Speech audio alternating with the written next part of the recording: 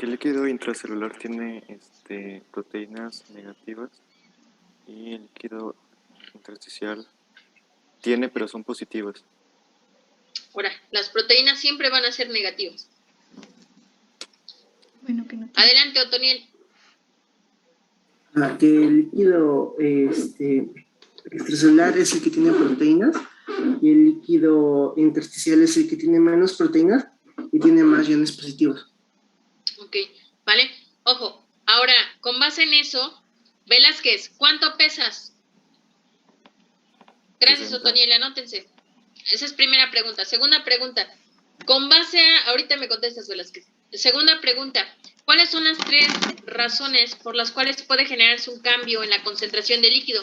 Mencionábamos que una de ellas era la edad. A mayor edad, menor concentración de líquido, ¿vale? Esa es una. Segunda, el sexo. Habla de que en las mujeres es menor la concentración de agua. ¿Por qué? Porque hablábamos del tejido adiposo en mamas y en caderas, ¿vale? A mayor cantidad de tejido adiposo, menor cantidad de agua. Ahora, de las 3 características que cumple el agua, ¿cuáles son? Trujillo Torres, ¿cuáles son las 3 características principales del agua? Es que tiene tiene tensión superficial elevada, de que tiene capacidad calórica y que su constante dieléctrica es alta. Perfecto. Ahora, ¿cuál de las 3 es la más importante para nosotros? La de constante dieléctrica. ¿Qué significa o a qué hace referencia la constante dieléctrica? Otra pregunta de examen. Domínguez, ¿a qué hace referencia la constante dieléctrica en el paciente? ¿Por qué es muy importante para nosotros? La capacidad de conducción. La capacidad de conducción de la corriente eléctrica. Si yo tengo menos cantidad de agua en tejido, esa carga eléctrica no se va a conducir al tejido y automáticamente podría generar una quemadura, ¿no?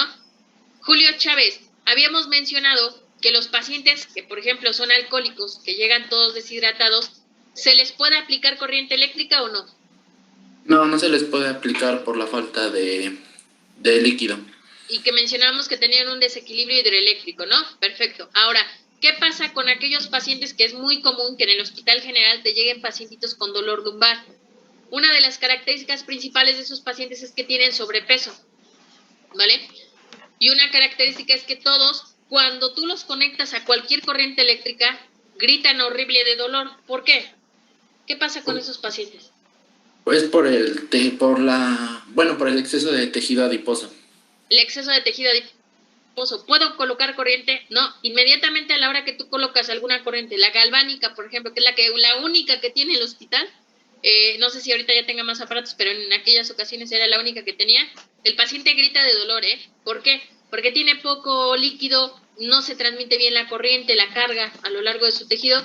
Son pacientes que lo único que hacen es gritar de dolor. Entonces, mejor busca otro tipo de técnica para tratar su molestia. Otro de los ejemplos que mencionábamos es a mayor edad, menor cantidad de líquido, ¿vale?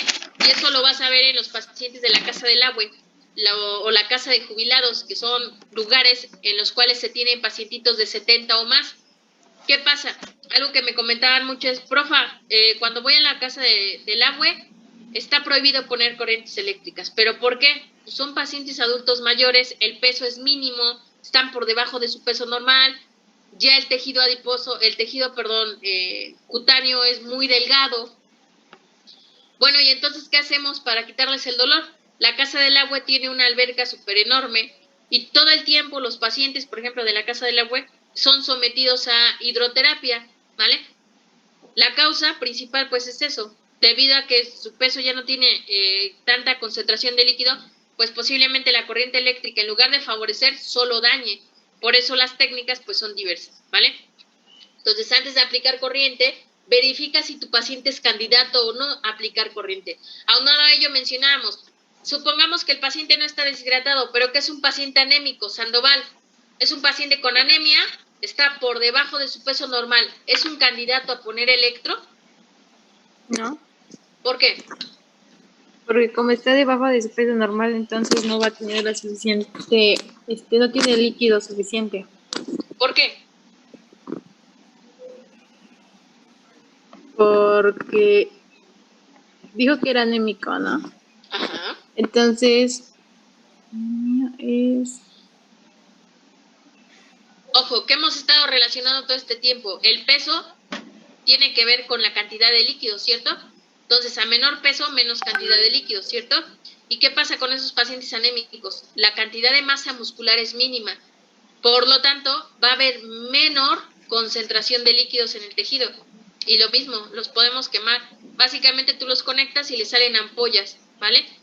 Y pues automáticamente eso indica que el tejido tenía poca concentración de líquido porque son muy delgaditos y entonces pues ya lo dañaste, ¿vale? ¿Hasta aquí van conmigo? Ahora, viene la pregunta. Para este paciente que tienes en pantalla, tiene 70 kilogramos, ¿cuánto de líquido sinovial tiene en su cuerpo? Observa bien tu imagen. Para este paciente de 70 kilogramos, ¿cuánto tiene de líquido sinovial? Kevin Beristain.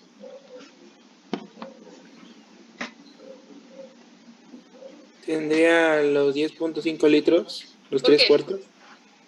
¿Por qué? Porque, bueno, nos había comentado que el líquido intersticial iba a ser como, por así decirlo, lo mismo que el líquido sinovial. Perfecto, gracias. ¿Vale? ¿Sí queda claro entonces? Ahora, ojo, viene la pregunta. Brizuela, ¿cuánto tienes de plasma? Tú, ¿cuánto tienes?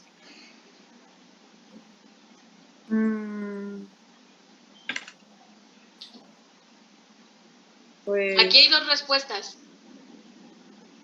¿Cuánto yo tienes de plasma? tengo un cuarto de líquido extracelular, pero lo tendría que calcular con mi peso. Perfecto, ¿vale? Muy bien. Ojo, aquí a Brizuela, y yo se los he dicho, de esta parte del líquido tendríamos que aprendernos los porcentajes, es decir, 2/3 es intracelular, 1/3 es extracelular. En el caso del extra, se divide a su vez en 3/4 intracelular y 1/4 plasma. Si en el examen a Brizuela yo le pregunto, ¿cuánto tienes de plasma? Y Brizuela dice, pues no tengo ni calculadora, pues rápido, con que Brizuela me diga, tengo 1/4 del total del líquido extracelular. Sin problema, ¿no? La otra forma que sería que saque su plasma total. Y ojo, ¿de qué depende aquí? Y es importante que leas bien las preguntas. Si yo te digo cuánto es de plasma, en general, sin problema me puede decir 1/4 de líquido extracelular. Pero si yo le digo a Brizuela, dime cuántos litros de líquido sinovial tienes, ahí sí tendría que hacer toda la conversión, ¿cierto? Ahora viene la pregunta, Diana, ¿cuánto tienes de peso? ¿Cuánto pesas, Diana García? No me he pesado últimamente, pero la última vez que me pesé eran 58 kilos. Ok, 58. 58 es el 100% de Diana. Diana, ¿cuánto tienes de agua? Tu 60%. ¿Cómo lo hacemos? 60 por 58 entre 100, ¿cierto? ¿Cuánto tendrías, Diana, de agua?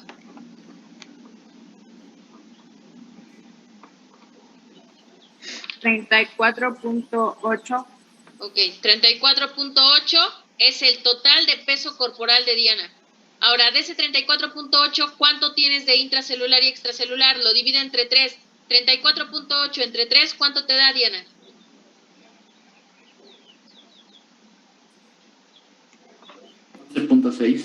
¿Cuánto?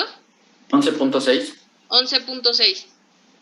¿Cuánto tendrías de intracelular, Diana?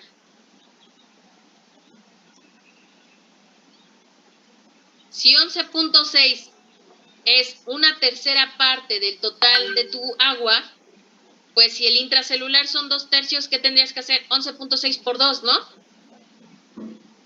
¿Cuánto sería de intracelular, Diana? 23.2. 23.2, ok. ¿Y del extracelular cuánto sería, Diana?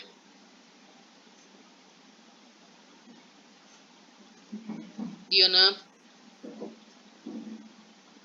¿Qué haces? 11.6. Pues 11.6, ¿no? Porque lo dividimos entre 3. Ahora, este extracelular son 11.6, que sería tu tercio. Y te dice que ese tercio lo dividas en cuartos. 11.6 entre 4, ¿cuánto es, Diana?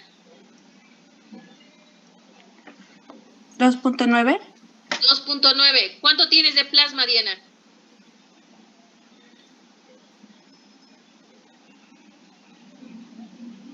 Diana.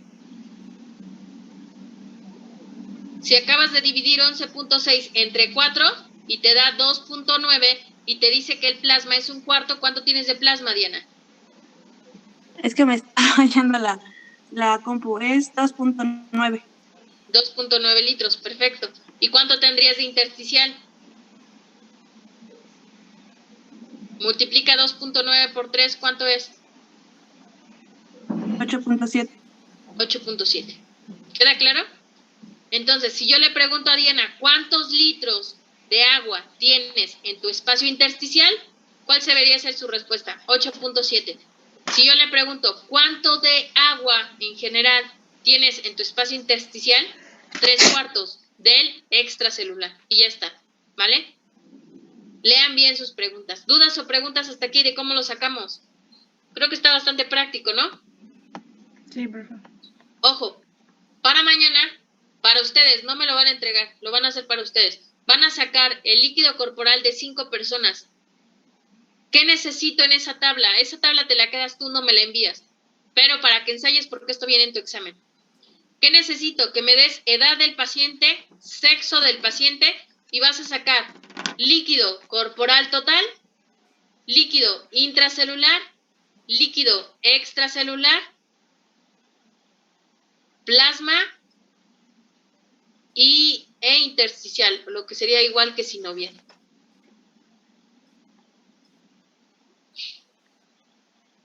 ¿Ok?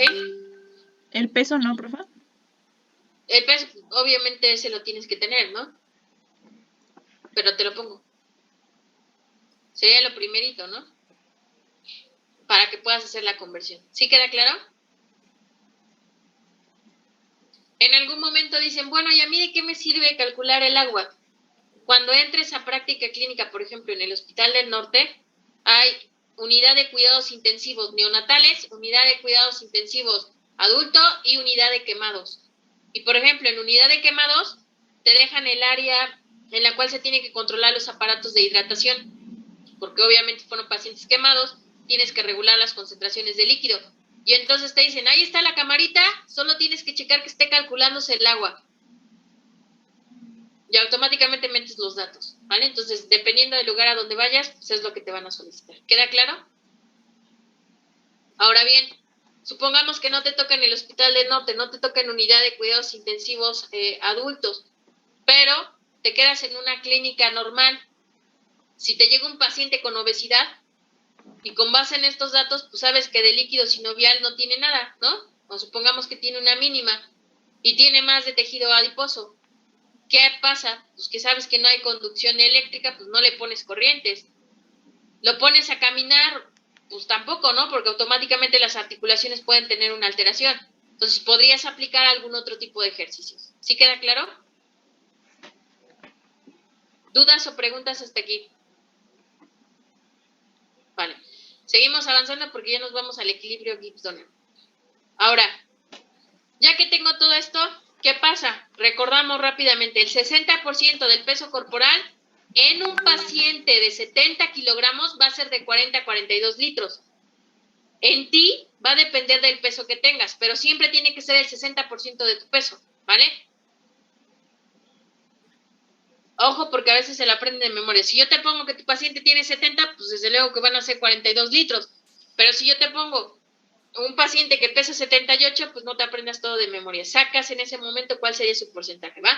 Y entonces mencionamos, ¿la cantidad de líquido va a disminuir con la edad? Sí. ¿Y qué otro interviene para disminuir esa concentración de líquido? La grasa corporal. ¿Cómo queda mi ecuación para obtener agua corporal total? Mi ecuación queda, el agua corporal total va a ser igual a líquido intracelular más líquido extracelular. La pregunta es la siguiente, ¿el agua corporal total es igual a líquido intracelular más plasma más líquido intersticial? ¿Es correcto o incorrecto? Es correcto. ¿Por qué? Porque el líquido extracelular es lo mismo que el líquido intersticial más plasma. Perfecto, ¿vale? Sí queda claro entonces cómo se pueden ir modificando los conceptos, pero al final es lo mismo. ¿Podemos avanzar? Profe, ¿me puede repetir la pregunta? Claro. La ecuación de agua corporal total va a ser igual a líquido intracelular más líquido extracelular, que es esta que tenemos aquí, y es correcto. La pregunta es, ¿la ecuación de agua corporal total puede quedar como líquido intracelular más plasma más líquido intersticial? Y la respuesta es correcto. ¿Por qué? Porque si yo sumo el plasma más el líquido intersticial, en conjunto estos dos van a ser igual que líquido extracelular. Solo estoy modificando la forma de interpretar al líquido extracelular, pero es lo mismo. ¿Vale? ¿Sí queda claro, compañera? Sí, profe, gracias. De nada. Avanzamos entonces. No, hombre, de aquí a poner sueros. Ya los van a contratar. Sí, seguimos. Distribución del líquido. Bueno, esta es una imagen para que vean un poquito cómo en el caso de mujeres, a causa de esta parte de acumulación de grasa, pues puede variar un poco la concentración. Como lo vemos en fluidos, bajaría hasta un 55% comparado con el hombre, que sería de un 60%, ¿vale? Esto a causa de las concentraciones de lo que sería grasa. Aquí por porcentajes, pues si el intersticial tiene un 80% del extracelular y el plasma tiene un 20% del extracelular. Si lo quisieran por porcentajes, están ahí como tal las cantidades. Avanzamos. Composición de los distintos compartimientos, que nos vamos al efecto Gibbs-Donner. Primero, los componentes del líquido extracelular ya los habíamos definido como el plasma más el líquido intersticial. Tienen una composición similar, ¿sí? Están separados por pared de capilares, sí, que mencionamos que la pared de capilares es muy permeable y gracias a esa permeabilidad pues permite el intercambio iónico. ¿Qué es lo que yo puedo encontrar en estos espacios? Sodio, cloro, bicarbonato, potasio, calcio, magnesio, fosfato y hasta ácidos orgánicos. Además de ello, pues también podemos encontrar algunos nutrientes como oxígeno, glucosa y aminoácidos. Pero algo que caracteriza al plasma es que va a tener una mayor concentración de proteínas, ¿vale? Las proteínas, en su mayoría, mencionamos que van a ser consideradas como iones de tipo negativo, por lo cual se dice que los iones negativos siempre van a tener un aumento o una atracción hacia lo que serían los iones positivos, ¿vale? ¿Qué pasa? ¿Qué es el efecto Gibbs-Donner? El efecto Gibbs-Donner es la capacidad que tiene la célula para poder hidratar a su estructura. ¿Cómo? Normalmente entre el plasma y el líquido intersticial se dice que se juega o se mueve el agua. En este caso, cuando nosotros hablamos de plasma, pues se dice que tiene que tener cierta concentración de agua en el espacio. De lo contrario, pues automáticamente mi paciente podría caer en una anemia o en un daño mayor. Y entonces, ¿qué te dice? El plasma tiene proteínas y esas proteínas son negativas. Si el líquido intersticial tiene una mayor concentración de iones, esto va a favorecer a que el agua pueda pasar al plasma. ¿Dónde pasaría esto? Bueno, cuando mi paciente está deshidratado, se dice que el plasma carece de líquidos y por lo tanto a nivel del líquido intersticial yo tengo una menor concentración de iones. ¿Qué necesito para que se pueda hidratar mi paciente? Decían en otro grupo, electrolitos. Ok, ¿de dónde obtengo esos electrolitos? De un suero, ¿cierto? Ya sea que sea una transfusión directa o un electrolito, ¿vale?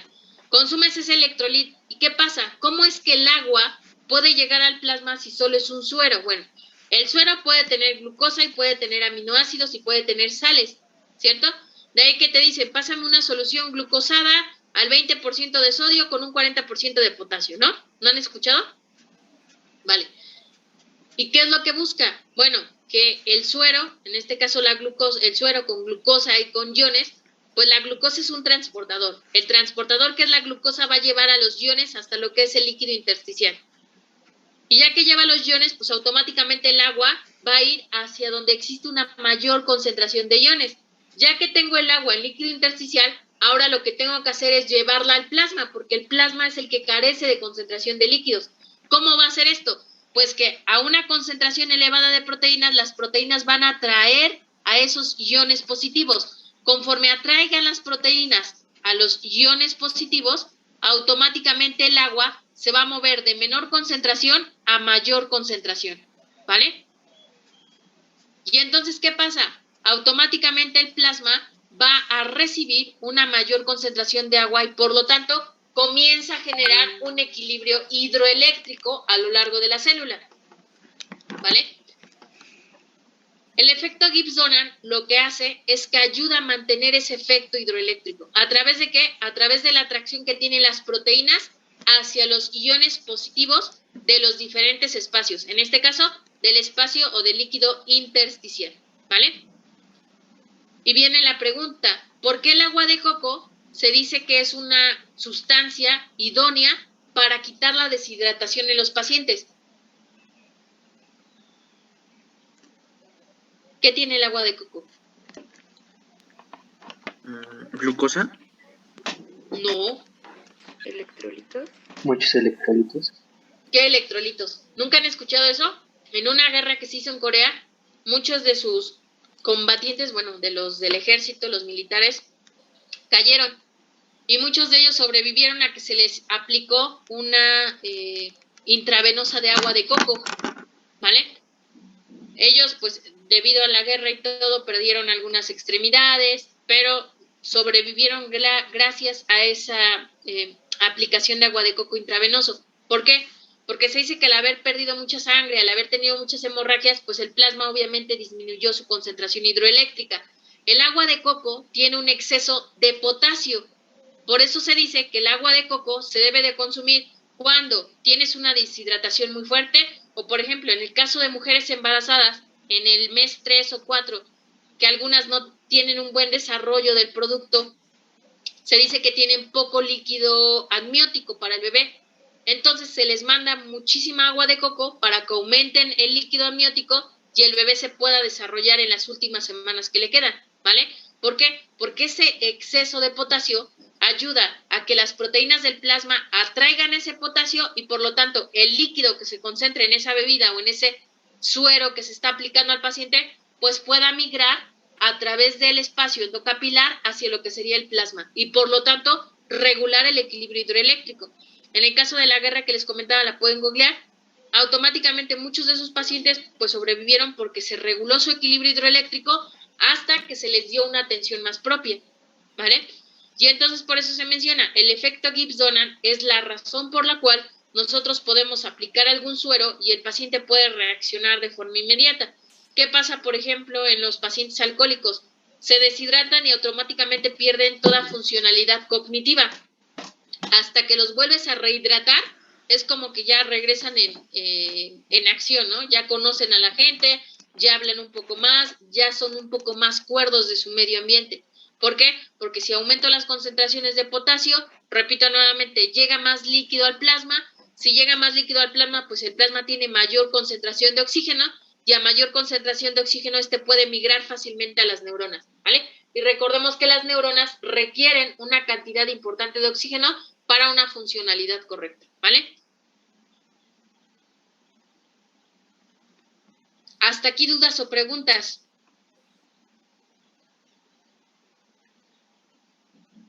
Vale. ¿Cómo queda el efecto Gibbs-Donan? El efecto Donan es favorecer el paso de líquidos del espacio intersticial al plasma. ¿A través de qué? A través de la atracción de proteínas hacia los iones positivos que se encuentran en la célula. Esto, ¿gracias a qué se va a dar? Al proceso de ósmosis. ¿Por qué? Porque mencionábamos que va de menor concentración a mayor concentración, ¿no? De soluto. ¿Sí queda claro?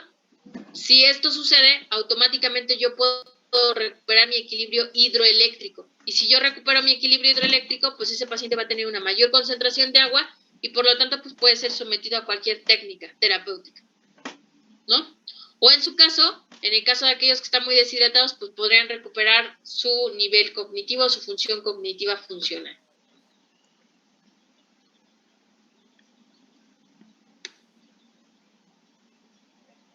Ahora viene la pregunta, ¿un paciente deshidratado se puede hidratar con agua?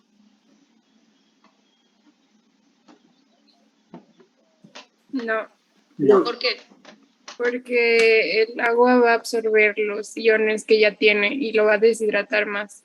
Exacto. Y hablando de este efecto, ¿qué te dice este efecto? Que para que el plasma absorba el agua, para que regrese ese equilibrio hidroeléctrico, lo que consumas tiene que tener iones positivos. ¿Para qué? Para que las proteínas del plasma lo absorban, ¿vale? Lo que nos dice Catalina Sebo es correcto. El agua va a absorber a los iones y en lugar de favorecer, va a dañar al paciente. Bueno, entonces, ¿cómo lo puedo ayudar? ¿Cómo podría hidratar a ese paciente? Con base en el efecto Donald, te dice, esa agua tendría que tener sales. ¿Para qué? Para que mi paciente se pueda hidratar, ¿vale? En muchos de los pacientes que tenemos a veces en terapia, algo que se recomienda mucho por el área de nutrición, porque se trabaja en equipo multidisciplinar, es que a 2 litros de agua les apliques una pizca de sal de grano. ¿Por qué? Porque eso va a favorecer a que te hidrates. ¿Cómo sé si me estoy hidratando? Muchos de los pacientes que llegan a consulta te lo dicen. Orino demasiado, consumo 2 litros de agua y así como los consumí, los micciono. ¿Ese paciente se está deshidratando? Sí. ¿Por qué? Porque lo mismo que consume lo está desechando. Entonces, ¿qué está absorbiendo su cuerpo? ¿Qué es lo que tenemos que hacer? Pues se tiene que aplicar unas sales en el agua para que así tarde un poco más en desechar el agua y se pueda absorber más al tejido. ¿Por qué? Porque el plasma necesita que las proteínas que son negativas absorban a los iones que son positivos y con base en ello pueda absorber al agua. Pero si tú consumes un agua que no tiene nada de sales, pues así como ingresa, se va y nunca va a llegar a plasma y por lo tanto no va a generar un equilibrio hidroeléctrico, ¿vale? Por eso se dice, cuando quieres hidratarte tienes que tomar un suero o tiene que ser un suero intravenoso. Obviamente una preparación de glucosa con cierto porcentaje de sodio o de potasio dependiendo qué es lo que estés buscando, ¿vale? Ahora, viene la pregunta, ¿qué pasa en aquellos pacientes que consumen demasiado suero? Que no sé si les ha tocado, pero al menos cuando estábamos en presencial, mis alumnos siempre andaban consumiendo suero oral, siempre. ¿Es bueno o es malo? Es malo. ¿Por qué? Porque así la célula se va a inflar y puede generar una explosión o ¿no? Exacto. En plasma, ¿qué pasaría? Llegaría mucha agua, ¿no? Porque estoy consumiendo demasiados electrolitos. Pero como llega mucha agua, ustedes en biología celular vieron procesos. ¿Qué proceso cuando se dilataba la célula? ¿Se acuerdan de las concentraciones hipotónica, hipertónica, isotónica? Iso igual, hiper, aumentada, hipo, disminuida. ¿Qué pasaba en una concentración hipertónica?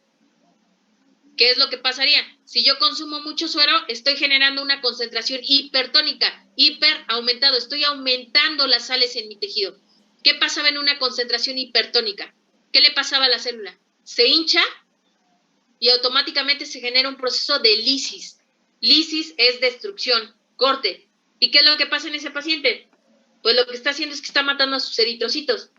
Y hay ocasiones que te lo dicen, ya estoy orinando sangre. Pues sí, porque estás consumiendo puros electrolitos, pero nada de agua. Y entonces estás haciendo lo contrario. Y la forma de desechar o regular tu pH, que está alterado de mucho potasio y sodio por el exceso de suero que estás consumiendo, pues es orinar esas toxinas, ¿no? Y obviamente como la célula se lisó, la célula se rompió, se murió, pues el paciente va a comenzar a orinar sangre. Por eso cuando orinan sangre se les dice aguas porque ya tienes un daño renal importante. ¿Por qué? Porque has estado exagerando en el consumo de electrolitos, ¿vale?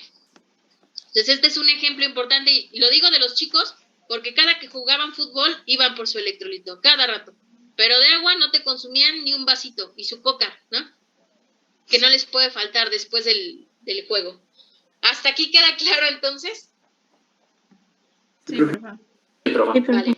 ¿Qué es lo que podría pasar en un pacientito que llega y ha consumido demasiado suero? Porque te llegan, cuando por ejemplo ya son postquirúrgicos, te llegan súper hinchados, ¿vale? Súper edematizados. Edema es un aumento de volumen en la estructura. El efecto Gibbs-Donald no está activado. ¿Qué tengo que hacer con ese paciente? ¿Qué creen que podamos hacer en ese paciente? Está todo hinchado. ¿Por qué está hinchado? ¿Por qué se hinchan los pacientes después de salir de haber estado internados? Por la falta de ¿Tener una movilización. cierta retención de líquidos? Tienen retención de líquidos, han estado inmovilizados, además, pues tuvieron una aplicación de suero, ¿no? se están edematizando por esa concentración irregular de suero que tiene en tejido. Ok, está perfecto. Llega a tu terapia. ¿Qué le vas a hacer a ese paciente? ¿Lo pones a correr para que se le baje el hinchazón? No creo que se pueda mover, ¿no? ¿Qué le haces a ese paciente? Adelante, Marco. ¿Podríamos hacerle un drenaje linfático? Un drenaje linfático.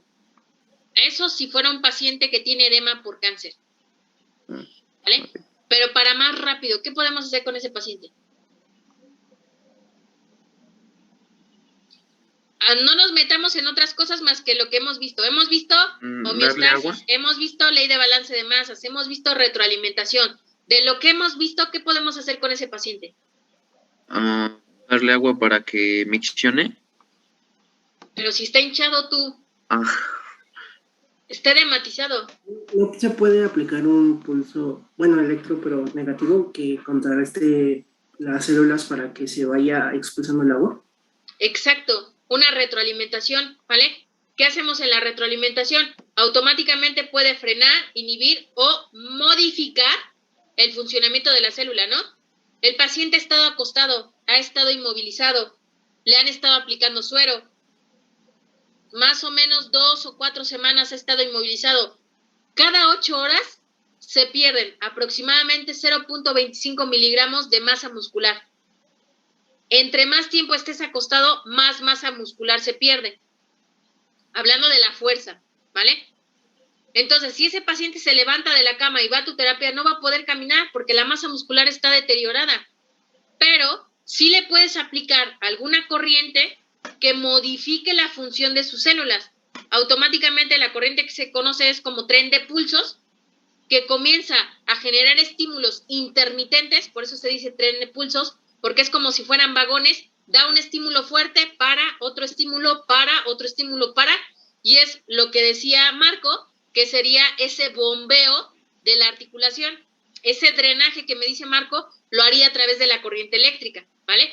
¿Está correcto con lo que me dice Marco? Haría un drenaje, sí, pero solo de lo que estamos viendo, para que no confundamos a los demás compañeros. ¿Qué haría? Pues una retroalimentación. ¿Cómo lo hago? Aplico un estímulo externo, que sería la manipulación manual o la corriente eléctrica, y entonces, ¿qué hago? Modifico la función de mis células. Comienzo a ayudar a que ese líquido se vaya drenando de las estructuras. ¿Por qué? Porque como ya tengo un exceso de sales, pues ya está regulado este proceso, pero como ya excedí la concentración, pues el efecto Gibbs-Donan ya no me da para nada. Tengo que activar ese efecto Gibbs-Donan. ¿Cómo lo hago? A través de una retroalimentación. Y entonces, ¿qué es lo primerito que le tengo que hacer a un paciente que llega edematizado? Aplicarle una corriente para drenar la zona. Y ustedes lo han de ver. Cuando ustedes se lesionan un tobillo, ¿qué pasa? Se hincha demasiado, ¿no? Sí. ¿Y qué hacen? ¿Qué hacen cuando se inflama el ¿Poner hielo? ¿No? Sí, aplicamos frío. tobillo? Y es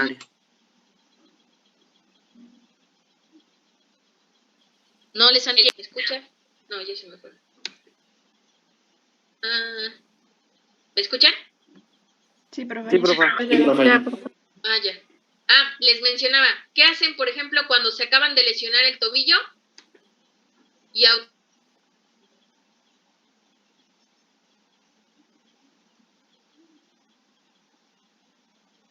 Ropa se volvió a cortar.